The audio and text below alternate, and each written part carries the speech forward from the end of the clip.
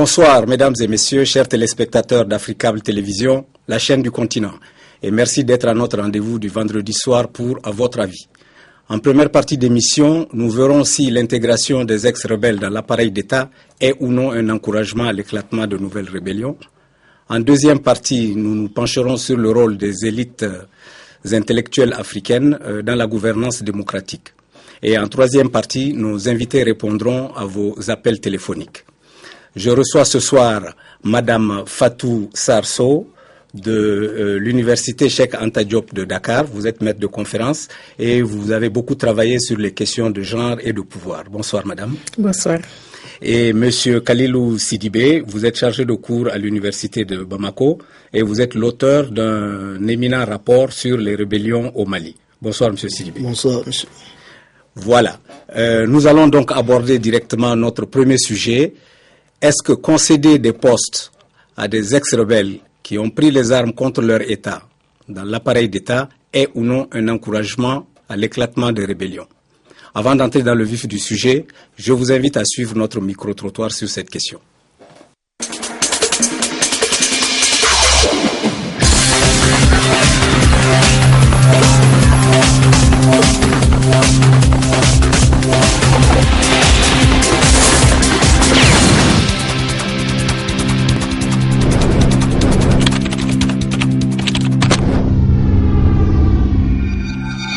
Moi, je crois que prendre les armes ne donne pas droit à un citoyen d'être dans l'administration ou d'être pris dans l'administration sans passer par un concours ou d'être intégré dans l'administration sans aucune forme de procédure. Je pense que vraiment c'est une rupture d'égalité entre les citoyens et qu'il faille arrêter cela.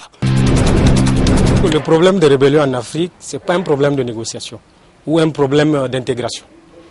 C'est un problème de prise de conscience de nous, Africains.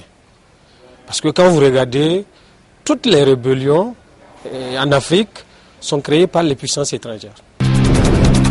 Si on prend par exemple le cas ivoirien que tout le monde connaît, l'accord de Ouagadougou conclu en 2007, je pense, entre les rebelles et les autorités, ont abouti à une espèce d'infiltration stratégique de l'appareil d'État qui a rendu toutes les tentatives, finalement, de sortie de crise en Côte d'Ivoire vaines.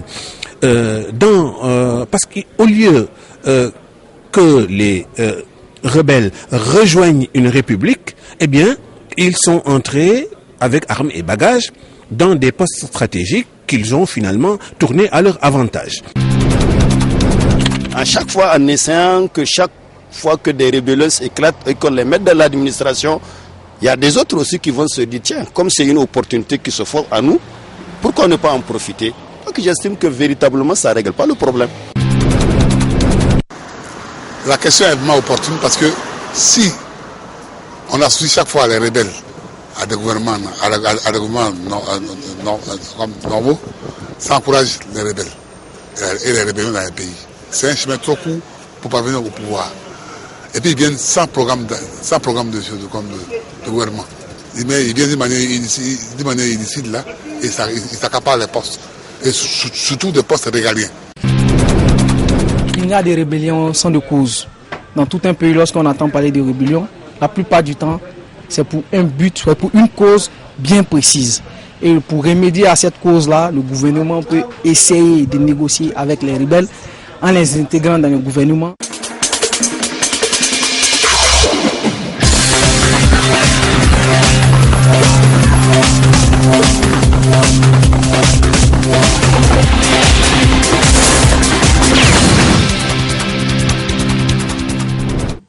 Voilà. Monsieur Sidibé, je me tourne vers vous. Est-ce que vous pouvez nous dire d'abord ce que vous inspirent les avis que nous venons d'entendre? Oui, bon. Bonsoir, Monsieur Marico. Bon, d'après ces avis, on voit que la majorité va dans le sens de ne pas intégrer les rebelles, sinon les ex-combattants, dans le gouvernement ou dans l'appareil de l'État, parce que ça susciterait de nouvelles réactions. Mais moi, je pense qu'a priori, effectivement, on peut voir la situation dans cet angle-là, que intégrer les rebelles ou les anciens combattants dans l'appareil de l'État, fonction publique, armée, police, gendarmerie, etc., ou même leur attribuer certains postes ministériels, peut donner quand même idée à d'autres de prendre les armes. Ceci dit, lors d'une négociation ou de concertation, il est important de passer au compromis. Il est important de passer au compromis et c'est à la suite des compromis et des négociations que l'État parvient à faire des concessions. Toutefois, si ces anciens rebelles ou ces anciens combattants sont intégrés dans l'appareil de l'État, chose qu'il faut évidemment bien revoir, si on doit les intégrer, il ne faut pas les intégrer dans tous les services de l'appareil de l'État. Il y a des services qui doivent échapper quand même à l'intégration. Lesquels par exemple? Par exemple, les services de l'armée.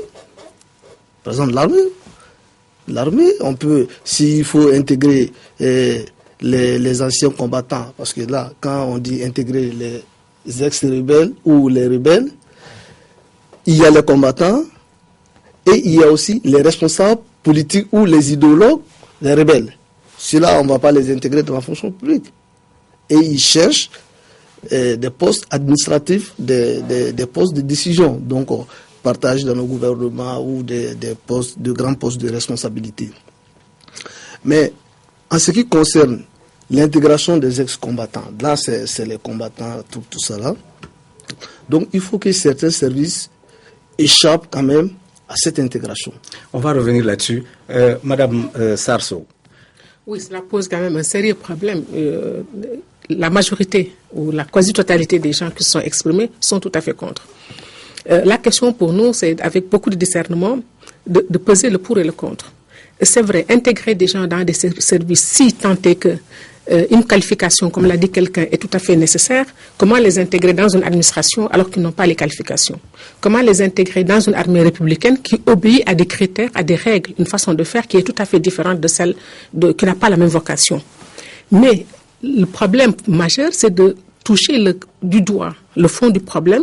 C'est le pourquoi de ces rébellions. Parce que mon collègue vient de parler de l'aile politique et de l'aile militaire en disant que oui, on peut donner certains postes à l'aile militaire. Ça veut dire qu'à chaque fois que des personnes ont envie d'arriver au pouvoir, ils fabriquent leur aile combattante pendant qu'eux sont l'aile pensante et l'aile réfléchissante. Ça renvoie à nos questions du fonctionnement de nos États d'une manière générale. Et je dis ce qui se passe dans la rébellion, c'est ce qu'on retrouve dans la société d'une manière générale. Expliquez-nous. Oui, les militaires le font par la force et la violence et on crée une rébellion. Mais ce qui se passe dans les partis politiques, pourquoi en Afrique, votons qu'au Sénégal, au Mali, qu'on ait plus d'une centaine de partis politiques? Donc, à chaque fois qu'on n'est pas content à l'intérieur de son propre espace dans son parti, on fabrique sa rébellion en créant sa scission et en créant son parti politique. Donc, pour moi, la même analyse qu'on applique aux militaires, on doit l'appliquer aussi aux civils. Et à partir de ce moment-là, nous devons interroger les bases même de notre propre société. Quels sont les errements auxquels nous sommes confrontés aujourd'hui qui nous obligent à fonctionner de cette manière pendant que du point de vue du principe, nous nous réclamons d'État démocratique.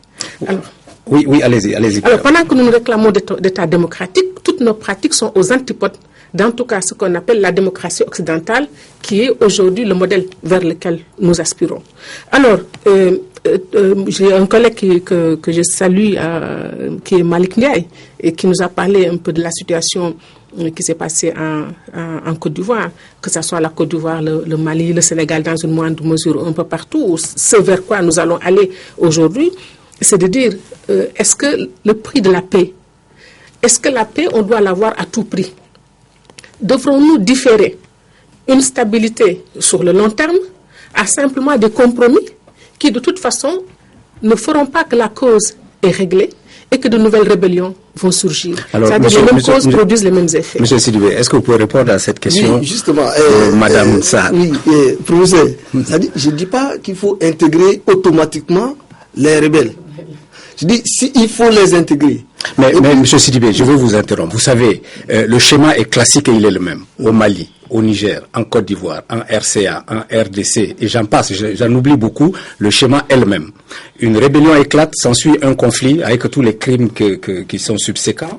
On négocie un accord de paix et dans les accords de paix, immanquablement, il y a l'intégration des rebelles dans les structures de l'État. C'est un schéma quasi dogmatique.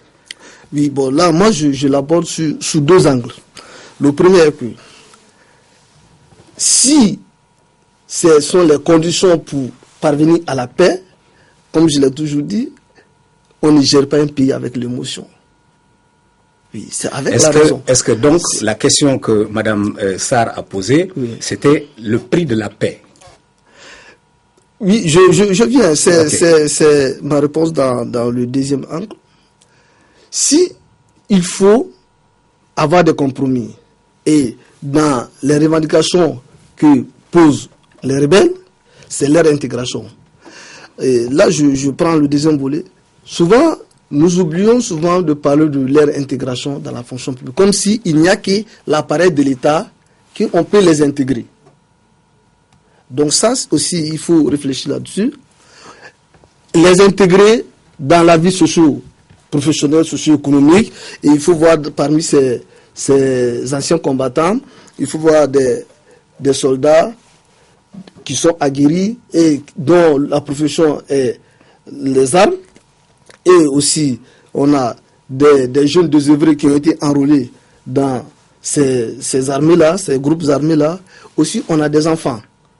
Donc, lors des négociations, il faut essayer de réintégrer ces jeunes combattants désœuvrés et les enfants soldats. Pour les enfants soldats, il faut les rééduquer, il faut les envoyer dans des centres de formation professionnelle.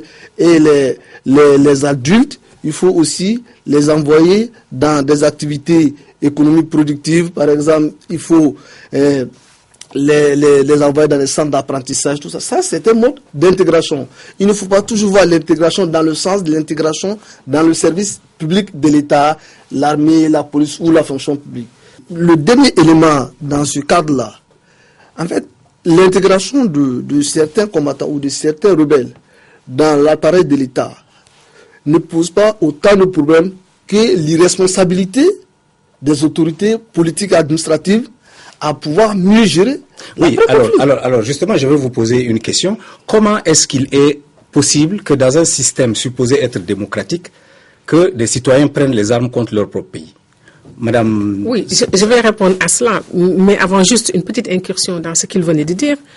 Si nous devons accepter le prix à payer, c'est de les intégrer. Moi, je me pose une question. Quelle était la cause de ce soulèvement? Est-ce des problèmes individuels qu'il fallait régler? Parce que dire qu'il faut donner des postes à quelques individus revient à régler les problèmes des individus. Ou c'était des causes liées à des communautés, à des collectivités, à des localités? La réponse, c'est régler le problème des localités. Et ce n'est pas forcément des postes à distribuer à ces personnes-là. Alors, donc, la question est extrêmement délicate.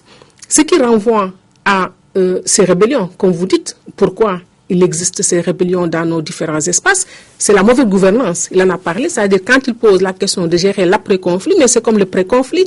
S'il n'y avait pas l'incurie de nos responsables politiques à l'heure actuelle, on n'en arriverait pas à ces dislocations de nos États. C'est simplement l'injustice, à mon avis, dans la plupart de nos pays qui est à la base de ces mouvements. C'est vrai, ce n'est pas la seule explication.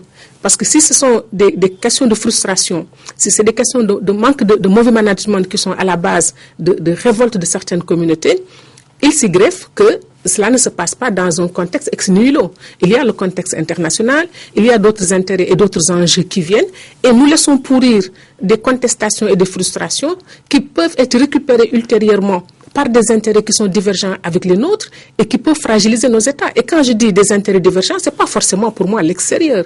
C'est parfois des conflits entre des États voisins qui sont capables de manipuler des frustrations de groupes, puisque nous le savons, la manière dont nos frontières ont été faites à la conférence de Berlin, c'est ça notre véritable problème. Nous avons des peuples qui habitent de part et d'autre de certaines frontières et évidemment des hommes, des États, des hommes politiques ou des hommes, je ne les appellerai pas des hommes d'État, des présidents de République accrochés à leur simple fauteuil, même si c'est un minuscule territoire, feront absolument tout pour garder leur pouvoir. Et c'est là où nous avons ce manque de vision par rapport au devenir de notre continent, au moment où l'ensemble du monde se retrouve en termes de grands ensembles, où la notion d'État n'a même plus sa pertinence. Nous continuons, nous, Africains, à nous accrocher à de minuscules espaces, parce que simplement, c'est les préoccupations individuelles de certains individus qui sont au pouvoir. Et je dis c'est la même logique que ceux qui sont dans la rébellion. Pour moi, les multiples partis politiques, les multiples rébellions répondent aux mêmes causes, et ce sont ces causes-là que nous devons peut-être cerner à un moment donné. Très bien. Je vais juste vous poser une question. Est-ce que lorsque les accords de paix sont négociés, est-ce qu'on pense aux victimes du conflit? Les femmes violées, les orphelins, les veuves, ceux qui ont été victimes d'humiliation, etc., les déplacés. Est-ce que dans les accords de paix, ils sont pris en compte? Et si oui, comment? Peut-être que lui, il travaille davantage sur ces questions. J'en sais un peu pour avoir été dans différents espaces, que ce soit en RDC où je travaille beaucoup, que ce soit en Congo. Je suis allée voir les filles esclaves sexuelles dans le maquis congolais. C'est des gamines, c'est des petites filles de 14-15 ans qui ont des enfants sur les bras parce qu'obligées de vivre avec ces personnes-là. Mais dans les accords de paix, c'est ceux-là qui ont la capacité de porter des armes, qui seuls essentiellement intéressent les gens. Et même nous qui travaillons sur les questions de genre, quand nous travaillons avec les Nations Unies sur les principes de DDR, démobilisation et réinsertion, nous disons, mais et les femmes qui pendant 10 ou 15 ans supportaient les familles pendant que les maris étaient dans le maquis, est-ce qu'on va mettre sous compte de pertes et profits pour ces femmes-là qui se sont sacrifiées, qui se sont occupées des familles? Généralement, les pouvoirs politiques ne s'intéressent pas. C'est vrai qu'il y a de petits programmes. Aujourd'hui, en RDC, 500 000 femmes ont été violées, celles qui ont été identifiées et détruites. Très peu ont eu la chance d'être prises en charge, 40 000 femmes d'être réparées et d'être prises en charge, mais par de bonnes volontés, parce qu'il y a un médecin qui a pris à cœur cette question, mais jamais on a vu les États en tant que tels s'intéresser, ou en tout cas prendre en charge toutes ces conséquences. D'ailleurs, comme je disais, si la rébellion avait pour mobile le problème de collectivité et de communauté, c'est la communauté dans son intégralité qu'il fallait examiner. Mais ce sont des combats de coq. Excusez-moi, des combats d'hommes. D'accord, madame. Alors, très rapidement, M. Sidibé, nous arrivons à la fin de la première partie. Oui. Les victimes. Effectivement, les victimes, malheureusement, les rebelles, comme Mme Sow l'a dit, les rebelles, tellement, lorsqu'on trouve un accord, un éventuel accord, oublient les victimes. Généralement, c'est le gouvernement qui est chargé de réparer les torts et de participer au rapatriement des déplacés et aussi, également dédommager les éventuelles victimes de ces exactions. Mais est-ce que ça se fait? Est-ce que dans les faits, ils sont véritablement pris en charge? Non, en réalité, non. Non, ils ne sont pas pris en charge parce que les deux parties, généralement, sont tellement pressés pour aller à l'accord. Souvent, on oublie les victimes des conflits. Et souvent, vous trouverez généralement dans les accords de paix, un ou deux paragraphes qui se rapportent au retour des rapatriés, au dédommagement. Mais en réalité, les commissions de suivi et d'évaluation qui seront mises en place, généralement, en tout cas, ils ne font pas cas, généralement. Très bien, merci. Nous sommes arrivés à la fin de la première partie de notre émission. Nous allons maintenant nous pencher sur notre deuxième thème, qui est le rôle des élites intellectuelles dans la gouvernance démocratique africaine. Après ceci.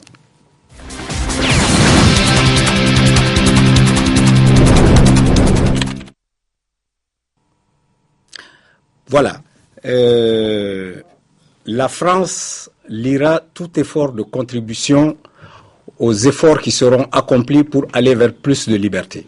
C'est par cette phrase que le président François Mitterrand intimait l'ordre aux chefs d'État africains d'avoir à démocratiser leur système politique s'ils voulaient continuer à bénéficier de l'aide française. C'était à la tribune de la 16e conférence des chefs d'État d'Afrique et de France. C'était le 16 juin 1990 et c'était à La Baule, en Bretagne. Nous allons donc nous pencher sur cette question après le micro-trottoir.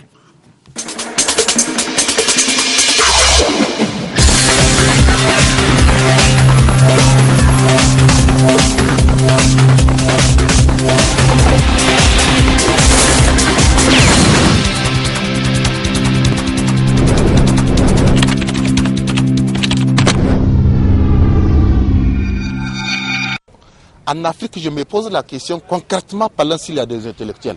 Je dis plutôt qu'il y a des pseudo-intellectuels. Vous voyez bien?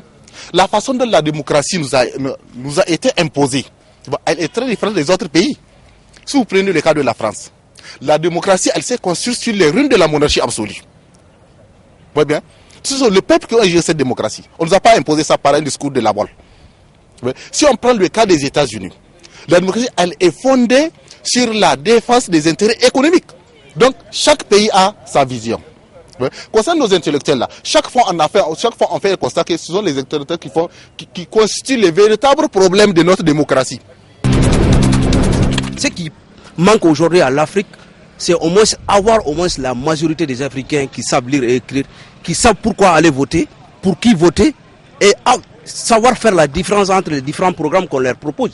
Mais quelqu'un qui ne sait pas lire et écrire, qui ne sait pas faire la différence entre tel programme et tel programme, ça va être difficile pour lui quand même de voter. Bon, aujourd'hui le rôle des intellectuels africains dans la gouvernance démocratique, il faudrait que entre nous Africains, il faudrait qu'on apprenne l'essence de la notion d'État. Qu'est-ce qu'un État? Donc en cela, si cela s'avère compris, je pense que tous les dirigeants feront plutôt ce qui doit se faire plutôt. L'Afrique a toujours fonctionné sur la base d'une gouvernance légitime. La gouvernance légitime veut dire que ce ne sont pas des lois venues d'Angleterre ou d'Europe ou d'Amérique qui vont prétendre régir les comportements des Africains. Chaque civilisation, chaque nation réinvente selon sa convenance et ses relations de force ce qui est légitimement acceptable et ce qui est à refuser. Les intellectuels africains, excusez-moi du terme, ne jouent pas le rôle qu'il faut. Parce que nous, Africains, je peux dire nous, intellectuels africains, c'est à nous de prendre nos destinées en main. Nous devons prendre conscience que nous devons nous dépasser de ces puissances étrangères. Mais tant que nous, intellectuels, nous continuons à nous accrocher aux aides extérieures, aux puissances étrangères, je ne pense pas si on peut jouer un rôle essentiel.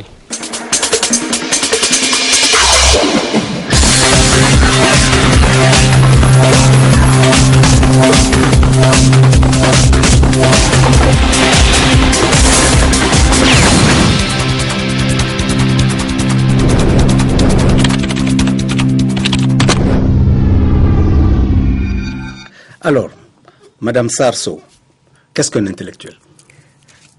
Difficile de répondre à cette question. C'est vrai, il ne s'agit pas de revenir sur les multiples définitions que nous connaissons. Mais de mon point de vue, toute personne qui, à partir de sa connaissance, est capable de produire une pensée au service d'une cause peut être taxé d'être un intellectuel. Maintenant, il est bon ou mauvais selon qu'on est d'accord avec cette cause ou pas. C'est vrai que ce concept a trouvé ses lettres de noblesse dans l'espace français après les siècles des Lumières et surtout quand on revient aux théoriciens idéologiques qui pensent que, comme Gramsci, qu'il faudrait que l'intellectuel, quand il parle de notion d'intellectuel organique, c'est que vous soyez engagé pour une cause. Il ne s'agit pas simplement d'avoir été à l'université, il ne s'agit pas simplement d'avoir été à l'école et d'avoir des connaissances. C'est est-ce que vous êtes capable de les mettre au service d'une cause. Et je pense que cela a toujours existé en Afrique. Tout à l'heure, le micro-trottoir, les gens ont parlé de problèmes de gouvernance. Ils ont jeté aux orties nos intellectuels en disant qu'ils sont à la source de tous les problèmes. On y reviendra.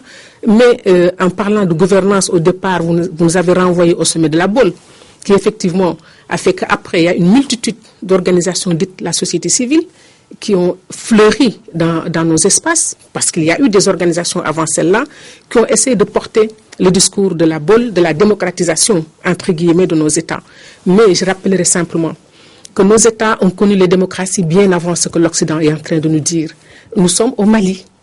Nous sommes ici, là où il y avait sur les cendres de l'ancien empire du Ghana, sur les cendres de l'empire du Mali, ou avec la charte du Mandé, nous avons réussi à fédérer les peuples sur cet espace que nous appelons aujourd'hui la CEDEAO, au-delà des multitudes de communautés, mais avec une charte qui permettait la sécurité humaine de manière totale, y compris physique, y compris alimentaire, avec des règles qui nous ont permis de vivre ensemble. Je rappelle aussi que nous sommes dans un espace où le Fouta Toro du Sénégal a permis, avec l'empire théocratique de Thierno Souleymane Baal, de mettre en place une constitution bien avant 1789, c'était 1779, qui était beaucoup plus au-delà de ce qu'on a appelé 1789. Donc, nos États africains, nous avons eu des gens qui ont été capables de porter des causes et de penser comme Thierno Souleymane Baal. Mais Madame Sarso, aujourd'hui, le jeune africain, la jeune africaine d'aujourd'hui, que lui dites-vous si elle vous disait l'instauration de ce système démocratique n'a pas changé ma condition de vie? Absolument. Ça, vous nous renvoyez encore à des questions de gouvernance. Et je répondrai sur les intellectuels d'aujourd'hui. C'est-à-dire, on leur jette la pierre, mais peut-être il faut d'abord les plaindre. Dans la mesure où la question essentielle pour nos leaderships, parce que si les pères de l'indépendance, qu'on soit d'accord avec eux, un personnage comme Senghor, quand on retourne à ses écrits, on voit comment cette personne s'est inspirée de Kayamagan Sissé, de l'empire de Ouagadougou, comment cette personne s'est inspirée du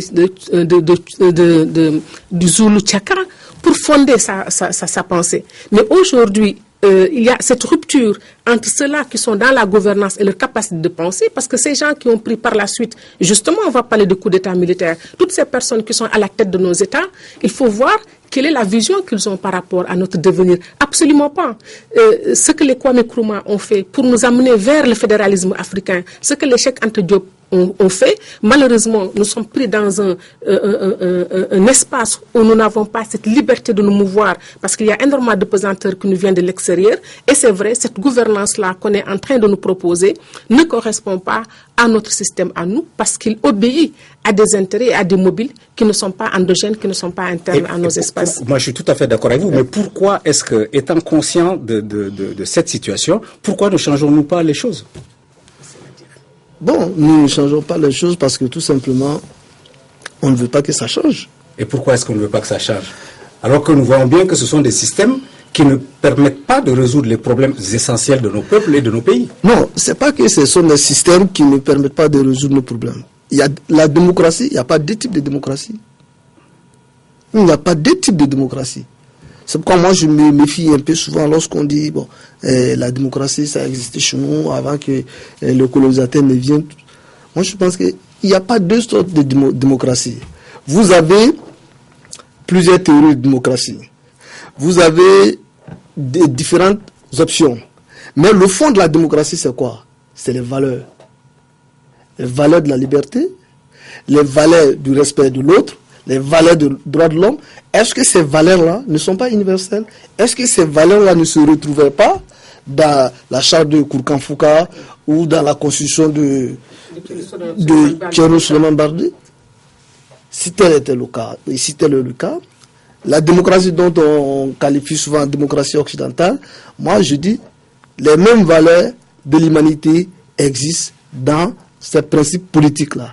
Maintenant, quitte aux intellectuels africains ou aux responsables politiques africains, aux hommes d'État africains, d'exercer le pouvoir conformément à ces valeurs-là. Très bien. Je vais reposer ma question autrement. Nous constatons qu'il y a une espèce d'absence d'autonomie de pensée chez les intellectuels africains parce que depuis près de 3 décennies, en réalité, nos politiques publiques, y compris nos politiques budgétaires, sont déterminées en réalité par les cadrages conceptuels du FMI, de la Banque mondiale, de l'Union européenne et d'autres institutions. Pourquoi cette espèce d'infertilité de l'intelligentsia africaine? Pourquoi cette sorte d'anémie à produire des réponses adaptées aux problèmes auxquels sont confrontés nos pays? Madame Sarso. Oui, moi je distingue deux choses. Les techniciens de la pensée, ces personnes qui travaillent sur les outils des autres, et les producteurs de pensée. Notre problème, c'est la production d'une pensée qui nous est propre et interne. Cela ne veut pas dire que cela n'existe pas. Seulement, qui est audible dans cet espace-là? Qui est écouté, qui est entendu? D'un autre côté, il y a une situation qui renvoie au problème global de notre société, qui fait que l'intellectuel, le statut qu'il avait avant, ne l'a plus aujourd'hui à cause de la pauvreté et du misérabilisme qui existe dans nos sociétés. On est arrivé à une sorte, vous avez parlé d'ajustement structurel, toute la destruction du système économique que nous avons eu ces 20-30 dernières années ont fait en sorte que finalement, l'État devient la seule source alimentaire pour l'ensemble des citoyens, l'ensemble des populations. Et à partir de ce moment, ceux-là qui étaient en tout cas censés pouvoir, ou les espaces qui étaient censés pouvoir produire ce type de penseurs que sont les universités, en ont été réduits à des situations de mendicité. Et comment voulez-vous d'ailleurs, je disais à mon collègue, qu'un homme qui n'est pas capable, un professeur d'université, qui ne peut pas subvenir aux besoins de sa famille, de ses enfants, etc., comment voulez-vous lui redonner cette fierté et ce temps pour pouvoir penser? Deuxième élément que j'examine dans mon pays, qui peut-être existe ici, l'embrigadement de ceux-là qui devaient avoir la liberté de penser, parce que c'est la liberté de penser et c'est ce que l'espace universitaire nous offre. Mais malheureusement, aujourd'hui, quand nous voyons tous ces professeurs d'université qui, tous les week-ends, vont faire allégeance à un soi-disant marabout, qui, en fait, quand on sait ce que ça veut dire, cet acte d'allégeance, qui est aux antipodes de ce que lui donnait son statut en termes d'université, c'est-à-dire de pouvoir, celui qui doit penser la société, avoir la liberté de penser cette société, y compris de penser les actes de cette catégorie que sont les confessions religieuses et autres. S'il se met sous les ordres de ces confessions religieuses, comment voulez-vous qu'il le fasse? Et c'est pourquoi je disais aujourd'hui, le levain des futures révolutions au Sénégal, ce n'est pas dans les intellectuels traditionnels, là où je le retrouve, c'est chez les artistes. J'ai vu le parcours de certains nombres d'artistes, qu'ils soient des peintres, qu'ils soient des stylistes ou qu'ils soient des rappeurs, c'est eux qui, ces 10 ou 15 dernières années, ont commencé à donner le nouveau message sur lequel les populations devraient pouvoir s'accrocher. Mais ce n'est plus l'espace traditionnel universitaire parce qu'ils sont tous pris bagages et points liés. C'est la recherche du bien-être, c'est la recherche du matériel. Je ne dis pas la recherche du pouvoir, mais c'est la survie. Ils sont confrontés, comme tous les autres citoyens, à la question de la survie. Et la même chose que ce qui se passe dans les rébellions. C'est aussi une autre forme de déliquescence. Très bien. Je suis parfaitement d'accord avec le procès. C'est vrai, effectivement. Lorsque l'intellectuel n'est pas à l'abri du besoin, il est à la recherche du bien-être quotidien, il est difficile pour lui de produire quelque chose de potable. Et aussi, il faut ajouter que, est-ce que ce que les intellectuels produisent est réellement accepté et consommé par le pouvoir politique? Il y a aussi ce problème. Très bien. Alors, nous arrivons à la fin de cette partie. Je vais revenir encore au discours du président François Mitterrand à la Baule et vous demander votre point de vue. Oui, le discours de François Mitterrand, c'est aussi le discours d'un colonisateur. Malgré tout ce qu'on a cru à un moment donné, que ça a été une bouffée de chaleur. C'est vrai d'un côté, en sommant les chefs d'État d'aller vers la démocratisation et l'ouverture et le multipartisme, c'est vrai, il a permis de faire sauter un verrou. C'est-à-dire, on ne va pas cracher sur ce que Mitterrand a fait, parce que n'oublions pas que Mitterrand était aussi un homme de gauche et porteur de certaines valeurs. Donc, entre cette contradiction d'un État colonial ou néocolonial qui continue à gérer ses propres intérêts, et c'est ce qui est en train de se passer aussi aujourd'hui, en ce moment, y compris quand nous parlons du conflit malien dans votre espace. Ce que la France a fait peut être salué, mais en même temps, tous les intellectuels africains devaient se révolter quand les Français n'ont pas permis à l'armée malienne d'être sur l'ensemble du territoire malien.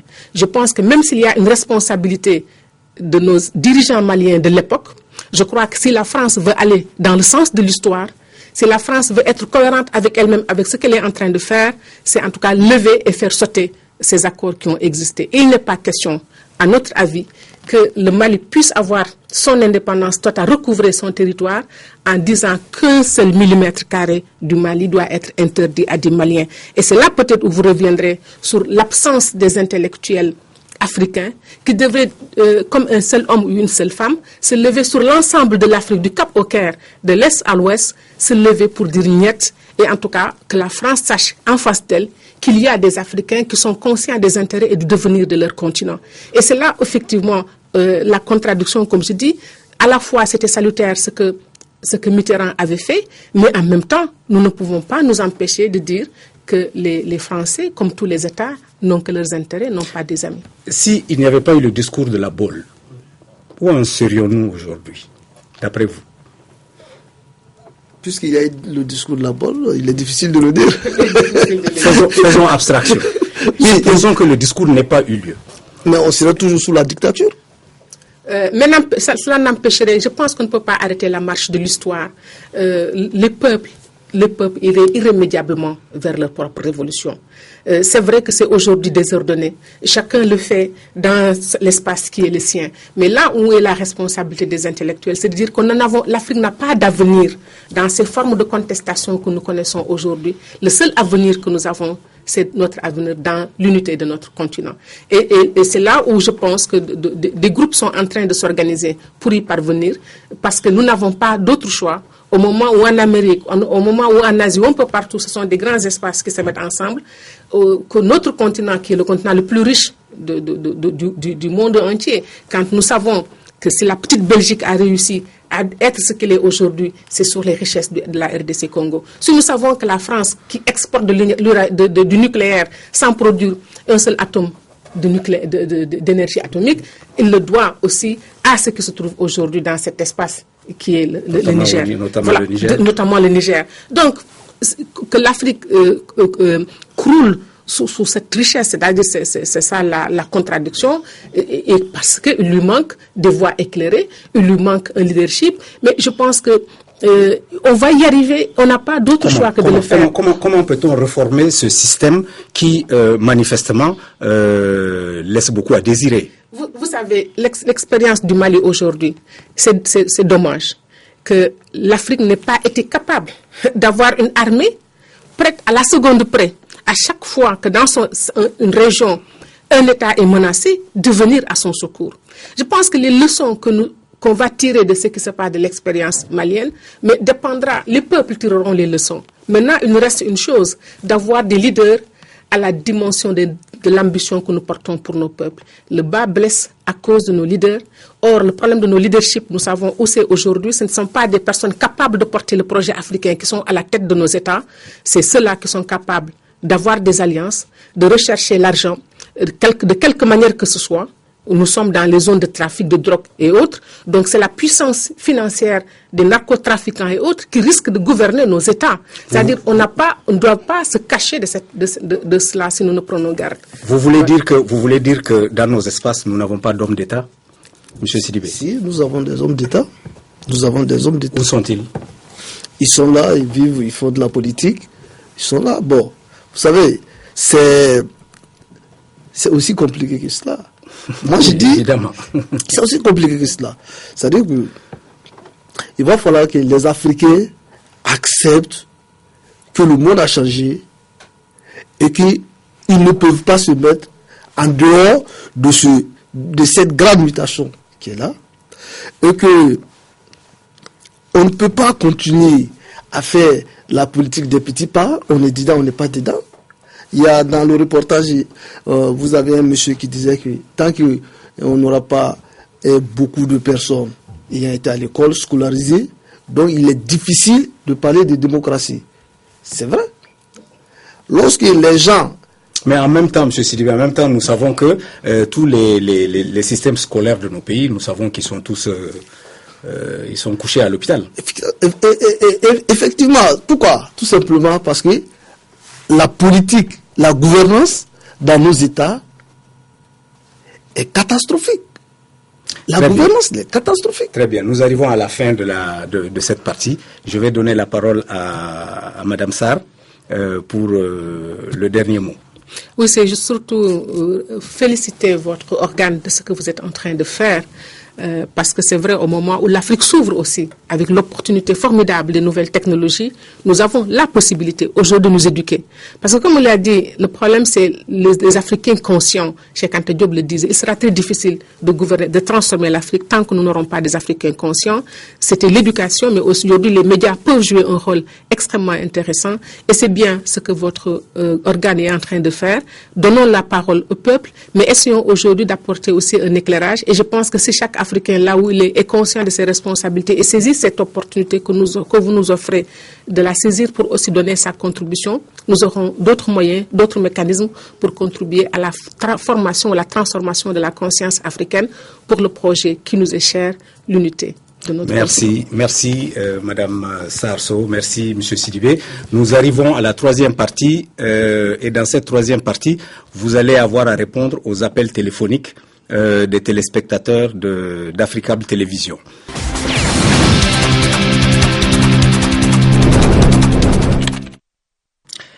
Bien, Monsieur Ibrahim Jibo Mega nous appelle du Niger. Bonsoir, Monsieur Mega.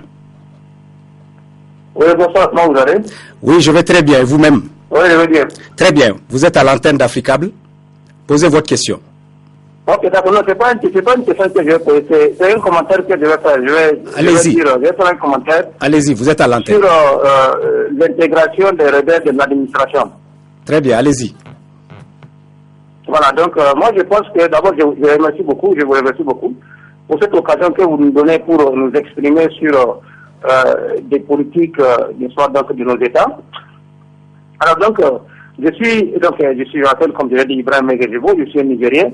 Je connais, enfin le Niger, mon pays, connaît assez bien la question des rébellions depuis de longues années. Et malheureusement, nos décideurs politiques ont trouvé une solution pas tout à fait adéquate, celle qui consiste à intégrer les ex-rebelles dans l'administration. Moi, je pense que c'est une très mauvaise politique, parce que, voyez-vous, dans nos pays, il y a beaucoup de gens qui vont à l'école pendant 10, 15 ou 20 ans, ils se retrouvent, n'est-ce pas, dans la rue, dans le chômage, ils n'ont pas de boulot. Voilà que tout de suite, un bon matin, parce que quelqu'un a pris des armes contre son pays, quelqu'un qui est parti en porte-à-faux tous les principes de la République et de la démocratie, tout de suite, on se met à négocier, voilà, donc on intègre les ceux-là de l'administration. Donc, moi je pense que cela crée des frustrations. Cette politique-là crée des frustrations parce que les gens qui ont étudié, qui ont suivi le cursus normal de l'école primaire, du collège, du lycée, de l'université, des grandes écoles, alors qu'est-ce qu'il faut faire avec eux? Nous voyons aujourd'hui comment il y a beaucoup de chômeurs dans nos pays, que ce soit les Mali, que ce soit les Niger, que ce soit tous les pays d'Afrique. Monsieur Mega, excusez-moi de vous interrompre, on a bien compris votre commentaire. Nous allons passer, nous allons passer à un autre téléspectateur, mais avant, je vais donner la parole à nos invités pour qu'ils réagissent sur votre commentaire. Oui, M. Maïga a tout à fait raison. Il ne faut pas intégrer tous ces combattants, tous ces anciens combattants dans la fonction publique de l'État. Pour quelle raison? Parce que de toute façon, ça n'a pas produit les effets escomptés durant les précédents accords de paix. Mais que les gens ne se focalisent pas forcément sur l'intégration de ces combattants-là dans la fonction publique. On parle de leur réinsertion. Leur réinsertion, parce que l'État a l'obligation de le faire. Des gens qui ont porté des armes pendant des mois, vous ne pouvez pas signer un accord de paix et puis les laisser dans la nature. Mais pas forcément les intégrer dans la fonction publique, mais les mettre dans une activité socio-professionnelle. Ça me paraît quand même normal. Très bien, même seulement M. Mega nous dit qu'il y en a d'autres qui n'ont pas pris les armes, qui sont au chômage, qui ont été à l'école, qui ont plein de diplômes, et pour lesquels il n'y a pas de programme particulier de cette nature-là, ni en matière d'activité socio-économique, ni en matière d'activité socio-professionnelle. Donc la rupture d'égalité dont parlait un de ceux qui sont passés dans le micro-trottoir est effectivement réel. Oui, c'est une réalité. Nous allons prendre donc le second appel. Alors, nous avons en ligne Monsieur Nikez Aoulé. Bonsoir, Monsieur Nikez Aoulé. Bonsoir, monsieur. Vous appelez de Côte d'Ivoire. Vous êtes à l'antenne d'Africable Télévision. Posez votre question. Oui, je voulais donner mon avis sur le thème du jour. Allez-y. Je pense que l'intégration des groupes rebelles et le fonctionnement d'un État est un problème difficile, un problème crucial, d'autant plus que l'on constate que tous les groupes rebelles qui ont pris la tête d'un État ont eu des difficultés à s'en sortir. Et nous constatons que depuis 1952, que les États africains, jusqu'aujourd'hui, ont été victimes des coups d'État, des rébellions. L'on constate que la rébellion se bat pour occuper les meilleurs postes du pays. Et une fois que cette bataille est obtenue, On constate aussi qu'il y a un balai diplomatique qui s'est mis en place pour le partage des gâteaux du pays, sachant bien qu'on prend des armes pour faire plaisir au nom du peuple, surtout au nom du peuple, et au finish, on constate que c'est le peuple qui est plus misérable. Merci. Parce que lorsqu'une rébellion passe et qu'une autre arrive, le peuple se retrouve à la case départ. Merci, M. Aoulé. Merci. Nous allons donc donner la parole à Mme Sarso pour qu'elle réagisse sur votre commentaire. Mme Sarso. Oui, moi je me dis que comme chercheurs, nous avons en tout cas un terrain d'étude. Ce sont deux personnes qui ont vécu ces problèmes de très près. Leur pays a été confronté à cela. On se rend compte qu'on n'est pas au bout du chemin, du tunnel. Et que de toute façon aussi, il ne faut pas perdre de vue que ces rebelles ou ces groupes qui entrent en rébellion sont des portes d'entrée de forces politiques et économiques aussi étrangères qui se mettent en place. Donc nous avons besoin d'une meilleure connaissance, à mon avis, de ce qui est en train de se passer. Malheureusement, ce sont des chercheurs et des intellectuels qui disposent de moyens occidentaux, qui connaissent mieux que nous la manière dont tous ces mécanismes-là se mettent en place. En tout cas, cela ne peut pas faire, on ne peut pas faire l'impasse sur une meilleure connaissance du sujet pour pouvoir orienter nos États ou en tout cas nos populations pour pouvoir s'en sortir. Merci. On me signale que nous avons M. Nicolas Abena en ligne. Monsieur Nicolas Abena, vous téléphonez de France. Bonsoir. Oui, bonjour à tout le monde au Mali et à tous mes frères. Merci. Vous êtes à l'antenne d'Africable Télévision. Nous vous écoutons. Enchanté. Écoutez, si les deux sujets qui prédominent, c'est certes les intellectuels, le rôle des intellectuels africains, du moins leur apport, et le second, c'est l'intégration des rebelles dans le gouvernement. Sur le premier sujet, ce que je peux dire, c'est que quel que soit l'endroit où ils se trouvent, les intellectuels africains auront toujours un regard à la fois lointain et proche. Lointain parce qu'ils ne sont pas forcément sur place, proche parce qu'ils sont sur place. Mais leur apport dans la société doit être d'une contribution jamais inégalée du simple fait d'être intellectuel, donc observateur averti. Oui, mais vous, Monsieur Nicolas Abena, Monsieur Abena, manifestement, vous êtes de la diaspora parce que vous êtes en France. Quel type d'apport quelqu'un comme vous et tous ceux qui sont dans votre position peuvent apporter dans le cadre du système démocratique de gouvernance en Afrique? D'abord, il faut se poser la question de savoir, système de gouvernance en Afrique, la gouvernance, la démocratie, c'est quoi? Une démocratie à l'africaine ou une démocratie à l'occidentale? Si Nicolas Abena, parce qu'il vit en France, pense qu'il peut importer la démocratie française dans un pays comme le Mali, c'est qu'il n'a absolument rien compris. Mais le fait qu'il soit intellectuel, donc il ait eu le temps d'analyser, de lire beaucoup, de voyager dans d'autres pays, il peut faire comprendre que la démocratie existe au Mali avant même qu'ils ne viennent en Europe, parce que la civilisation est ancienne, la civilisation africaine est ancienne, et en se basant sur ce modèle ancien, comment peut-on apporter un air nouveau pour que ça corresponde aux standards qui existent sans pour autant oublier ce que c'est que la tradition. Parce que tout est fondé sur la tradition. L'Europe, la France a plus de 200 ans d'histoire, c'est sur la base de sa tradition. Or, la propension des intellectuels que nous sommes, ou des pseudo-intellectuels que nous sommes, les journalistes de surcroît, on a toujours cette propension à arriver dans un pays comme le Mali, ou parce que on vit en France en disant ce qui se passe au Mali n'est pas bien. Non, le Mali est une grande démocratie de par son histoire. Oui. Merci, M. Abena. Nous avons compris votre préoccupation. Nous vous en remercions. Je vais revenir donc vers nos invités pour leur demander de réagir à ce que ce téléspectateur vient de dire. Oui, je pense qu'ils partagent les positions communes, que l'Afrique a quand même une histoire et qu'il ne faudra pas faire table rase. Ce qui aurait été intéressant, c'est effectivement de voir aussi où que l'on soit, on est capable d'apporter quelque chose. Je parle de sa position de la diaspora, mais c'est la manière, comment apporter. C'est ça qui n'est pas clarifié aujourd'hui. On ne voit pas, comme par le passé, la puissance de pensée de ces personnes qui, effectivement, se situent à un carrefour, ou en tout cas un point de position, où ils peuvent avoir toute la distance par rapport à ce qui se passe et contribuer au débat démocratique dans nos sociétés. On essaie de le faire, mais très peu. On ne leur donne peut-être pas suffisamment d'opportunités et de possibilités pour le faire. Ils font des publications, mais on sait que les publications ne sont pas largement partagées et que ce que vous faites dans votre antenne est peut-être une opportunité que eux aussi, vu leur expérience, puissent apporter quelque chose d'important. Je pense que c'est nécessaire. Nous avons M. Octave Djoba qui appelle du Cameroun. Bonsoir M. Djoba. M. Djoba. Oui, vous êtes à l'antenne sur Africable Télévision. Nous n'arrivons pas à voir M. Djoba du Cameroun. La ligne est très mauvaise. Nous le reprendrons au cours d'une autre de nos émissions. Voilà, mesdames et messieurs, nous sommes arrivés au terme de cette émission. Il ne me reste plus qu'à vous remercier, Madame Fatou Sarso, Monsieur Sidibé Kalilou, pour avoir accepté de participer à cette émission d'Africable Télévision. Les sujets de la semaine prochaine sont cinéma africain, quelle réalité? Et le second thème, le chômage des jeunes diplômés, est-ce un échec des gouvernements africains?